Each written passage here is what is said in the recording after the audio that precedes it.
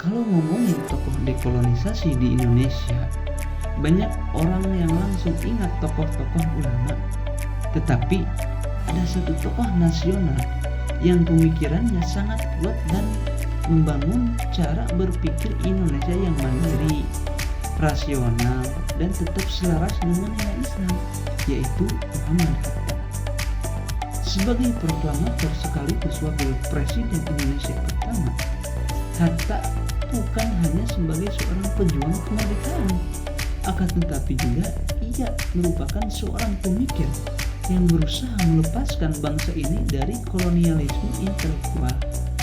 Maka di video ini saya akan membahas 3 hal utama. Pertama, biografi singkat Muhammad Hatta. Kedua, peta pemikirannya dalam konteks dekolonisasi Islam di Indonesia. Dan ketiga, relevansi pemikirannya di zaman sekarang. Muhammad Hatta lahir pada tanggal 12 Agustus 1902 di Bukit Tinggi, Sumatera Barat, dari keluarga Minangkabau yang religius dan terdidik. Sejak kecil, Hatta tumbuh dalam lingkungan Islam yang kuat. Kakeknya adalah seorang ulama tarekat. Dari sini, Hatta belajar bahwa agama bukan sekedar ritual, tetapi juga harus melahirkan etika sosial. Pendidikan awalnya ditempuh di sekolah Belanda. Kemudian ia melanjutkan studi ekonomi di Handelsgeschule Rotterdam, Belanda. Di Belanda, pemikiran Hatta berkembang pesat. Ia banyak membaca karya ekonomi, politik, filsafat barat, tetapi tidak menerimanya secara mentah-mentah. Akan tetapi ia melakukan proses seleksi kritis, mana yang cocok untuk Indonesia dan mana yang tidak cocok untuk Indonesia.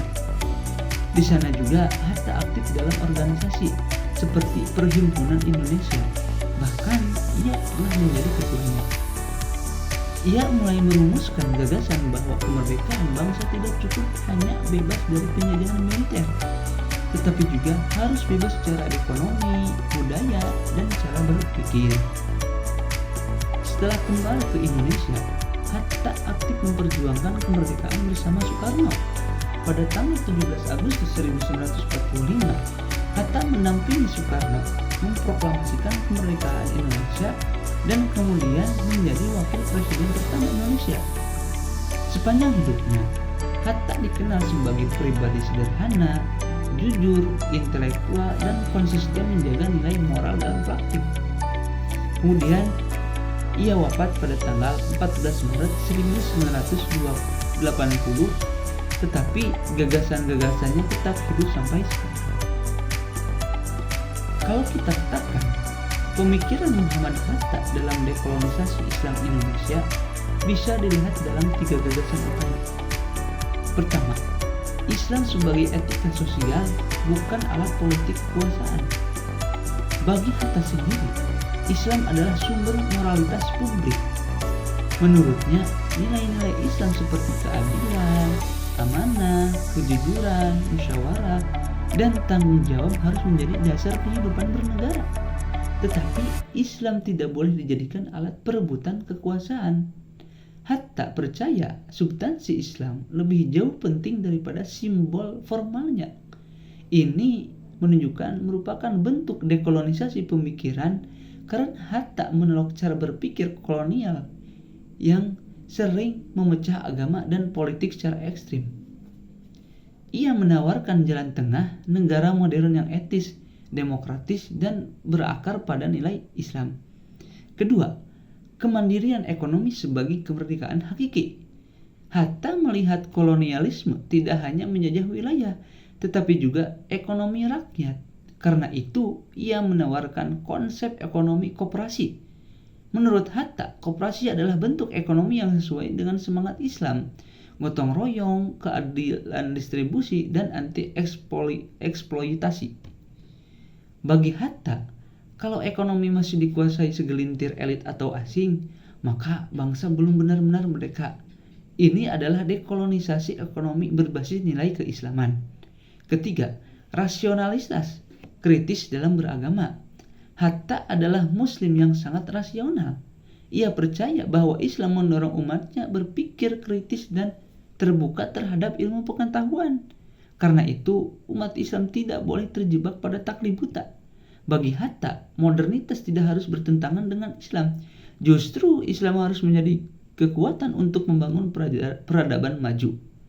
Ini adalah upaya membebaskan umat Islam dari kolonialisme intelektual, yaitu kebiasaan menerima pemikiran luar tanpa mengkritik atau sebaliknya menolak perubahan secara membabi buta. Untuk pemikiran Hatta masih sangat relevan hingga sampai saat ini.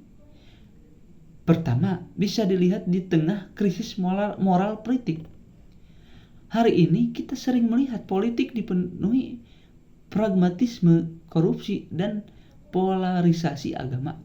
Hatta mengingatkan bahwa politik harus dibangun atas etika, bukan sekadar perebutan jabatan. Nilai Islam harus hadir sebagai moralitas, bukan alat propaganda. Kedua, di tengah ketimpangan ekonomi, ketika ekonomi dikuasai oligarki dan kapital besar, gagasan koperasi Hatta menjadi solusi alternatif. Ekonomi harus kembali berpihak pada kesejahteraan bersama. Ini sejalan dengan prinsip keadilan sosial dalam Islam.